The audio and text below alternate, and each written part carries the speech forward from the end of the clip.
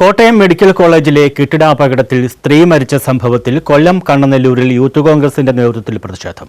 പ്രതീകാത്മകമായി മന്ത്രി വീണ ജോർജിന്റെ ശവമഞ്ചവും വഹിച്ചുകൊണ്ടാണ് യൂത്ത് കോൺഗ്രസ് പ്രവർത്തകർ പ്രതിഷേധിച്ചത്. കോട്ടയം മെഡിക്കൽ കോളേജിൽ കെട്ടിടമിടിഞ്ഞു വീണ് തലയോലപ്പറമ്പ് സ്വദേശി ബിന്ദു മരണമടഞ്ഞ സംഭവത്തിൽ പ്രതിഷേധിച്ചായിരുന്നു കൊല്ലം കണ്ണനല്ലൂരിൽ ശവമഞ്ചവുമായി യൂത്ത് കോൺഗ്രസിന്റെ നേതൃത്വത്തിൽ പ്രതിഷേധം നടത്തിയത്. ആരോഗ്യമന്ത്രി വീണ ജോർജ് രാജിവെക്കണമെന്നും ആവശ്യപ്പെട്ടായിരുന്നു പ്രതിഷേധം.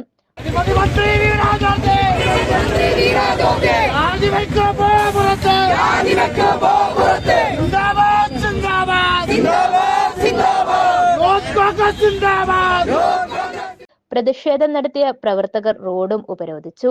കഴിഞ്ഞ ദിവസം ദേഹാസ്വാസ്ഥ്യം അനുഭവപ്പെട്ട് വീണ ജോർജ് കൊട്ടാരക്കര താലൂക്ക് ആശുപത്രിയിൽ എത്തിയപ്പോൾ മുതൽ പ്രതിപക്ഷ പാർട്ടികളുടെ പ്രതിഷേധം നടന്നിരുന്നു.